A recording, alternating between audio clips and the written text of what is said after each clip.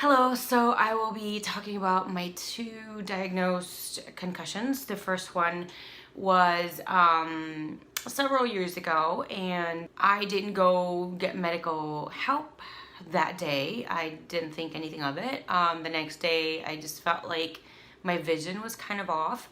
Um, I, I went to work and I told my coworker, who's a friend of mine, I confided in her and I said, something's kind of wrong. I feel kind of off, And I was telling her, like, the walls are kind of doing this, the floor is kind of doing this. And she told my supervisor said, you got to go home. You got to go to the hospital and you got to let me know what's going on. And so I did that. I went to the ER and he just said, you can go home. And these are your discharge, someone's gonna give you your discharge papers, and also just take Tylenol if you have any pain. That was pretty much it. The second diagnosis that I had was about 3 years ago. I pride myself, and my most important part of me is my memory. I take pride in that. That's my proudest thing that I have. And when I had my second one, even till today, it's been 3.5 years, I still have problems articulating. I have problems in regards to remembering certain events, certain things.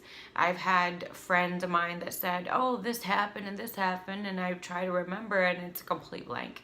There's just nothing. There's nothing at all. And when I had my second diagnosed concussion, we went to the urgent care. I barely remember anything. I felt like there were lights everywhere. On the ceiling, on the sides, everything was illuminated. And we were there, and I remember he said he believes I have a concussion. He recommended I go to a concussion clinic, and I think when I would ask my husband what happened that day, he said he really knew what was going on because you were acting really different and kind of scary, like argumentative and really angry and very unlike me. He wasn't fazed at all. He was very calm and he just knew he had a handle on things. So that person was a really great doctor for recommending a concussion clinic. I feel like if anyone has ever been in this situation, just, be patient on yourself. Don't beat yourself up, because I did beat myself up a lot.